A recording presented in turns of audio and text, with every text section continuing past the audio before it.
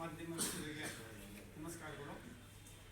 ಇವತ್ತಿನ ಪತ್ರಿಕಾಗೋಷ್ಠಿ ನೆಸ ಉದ್ದೇಶ ಏನು, ನಮ್ಮ ತಾಲೂಕು JDS ಅಧ್ಯಕ್ಷರು ಒಂದು ಪತ್ರಿಕಾಗೋಷ್ಠಿಯನ್ನು ಮಾಡಿ ಕೆಸ್ತೂರು ಗ್ರಾಮ ಪಂಚಾಯಿತಿ ಕೆಸ್ತೂರು VSSನಲ್ಲಿ ಉಸ್ಕೂರ್ ಆನಂದ್ ಅವರು ಪಕ್ಷ ವಿರೋಧಿ ಕೆಲಸ ಮಾಡಿದ್ದಾರೆ, ಪಕ್ಷಕ್ಕೆ ದ್ರೋಹ ಮಾಡಿದ್ದಾರೆ, ಪಕ್ಷದ ಕಾರ್ಯಕರ್ತರಿಗೆ ಅನ್ಯಾಯ ಮಾಡಿದ್ದಾರೆ ಅಂತಕ್ಕಂಥ ವಿಚಾರವನ್ನ ತಮ್ಮ ಮಾಧ್ಯಮದ ಮುಖಾಂತರ ಈ ತಾಲೂಕಿನ ಜನತೆಗೆ ಹೇಳೋ ಒಂದು ಪ್ರಯತ್ನವನ್ನ ಮಾಡಿದ್ರು.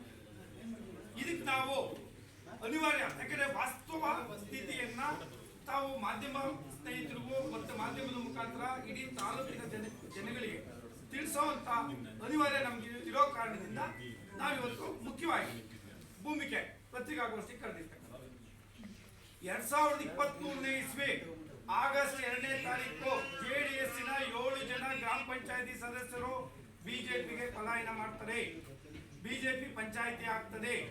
ಅದಕ್ಕೆ ನಮ್ಮ ಈ ನಾಯಕರುಗಳು ಹಿಂದೆ ಅವರಿಗೆ ನೀವು ಎಲ್ಲಾದ್ರೂ ಅನುಕೂಲ ಆಗಿ ಪುಸ್ತಕ ಕಳಿಸ್ತಾರೆ ಅಂತ ಕಳೆದ 22 ದಿನಕ್ಕೆ ಈ ಕೆಸ್ತೂರು VSSN ಚುನಾವಣೆ ಬರ್ತದೆ.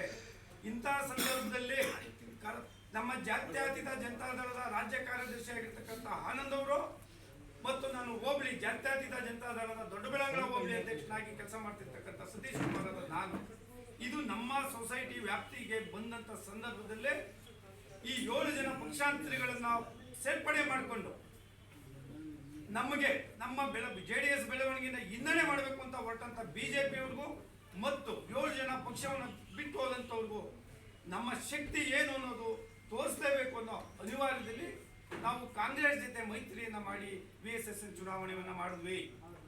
ನಾವು 5 ಸ್ಥಾನಗಳನ್ನ ನಮ್ಮದು 6 ಸ್ಥಾನ ಕಾಂಗ್ರೆಸ್ ಅಂತ ಹೇಳಿ ತೀರ್ಮಾನ ಮಾಡ್ಕೊಂಡ್ವಿ. ಈ ಸಂದರ್ಭದಲ್ಲಿ ಕರಪತ್ರ ಪ್ರಿಂಟ್ ಆಗೋ ಸಂದರ್ಭದಲ್ಲಿ ನಮ್ಮ ಯುವ ನಾಯಕ, ನಮ್ಮ ನಾವು ಡಾರ್ಕಾಸ್ ಅಂತ ಹೇಳ್ತೀವಿ ಅಂತ ರಂಗನಾಥ್ ಅವ್ರ ತಾಯಿನ ನಾವು ಕ್ಯಾಂಡಿಡೇಟ್ ಮಾಡ್ಕೊಂಡಿದ್ವಿ.